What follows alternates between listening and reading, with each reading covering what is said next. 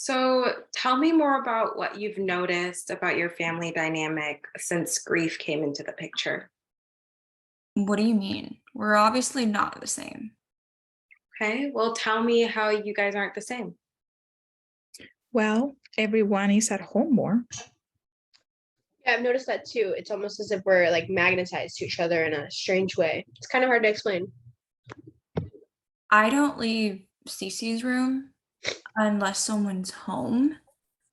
When I hear my family's voices, I tend to gravitate towards it. Yeah, but we hardly talk though when we're together. Like we don't want to say the wrong thing. It's usually mundane, like how's work? What do you want for dinner? What'd you learn in school today? Yeah, some of us have things to say, but don't know how it's going to trigger others. It's as if we are shells of ourselves at times, being tied to a house and pass through it or arrive at each other. Okay. So you guys have noticed you're around each other a lot more than before.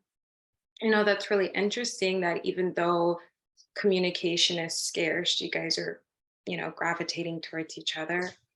What do you think is drawing y'all to one another? I mean, even though we don't have evolving conversations, it's nice to know where they still are here and we're still here. Okay. Dulce, tell me what you mean. Well, the death of Cece really rocked our family. Dad was in the car accident too. He could have died. And yet here he is living and breathing. I still have my parents if I need them to lean on, to talk to when I'm scared or nervous or unsure of myself. I probably lean on them more than before since Cece died, more than they may know. Hmm. And now they know. Yeah, now they know. Even though the circumstances is heartbreaking, it gave me some time to reflect on myself. I realize how consumed I can become with work or home or others.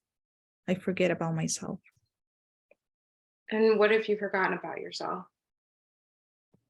Well, I don't make time for any of my passions. I notice that I haven't even picked up my paintbrushes in a long time. And painting really gives me a place to connect with myself like no other activity has. I started painting when I was young and I have grown with it into my adulthood. It has fallen to the wayside since becoming a mom. For myself, I realized I've been very stoic for a very, very long time. I don't usually express what I'm really feeling. This is the first time in a long time that I am being this vulnerable. It's scary, but I think there's something cathartic about putting my feelings out on a table. With the death of Cece, though heartbreaking and life altering it is, it's given you all a moment to recognize the importance of each other's presence, connecting with yourself, and allowing others to see where you are emotionally.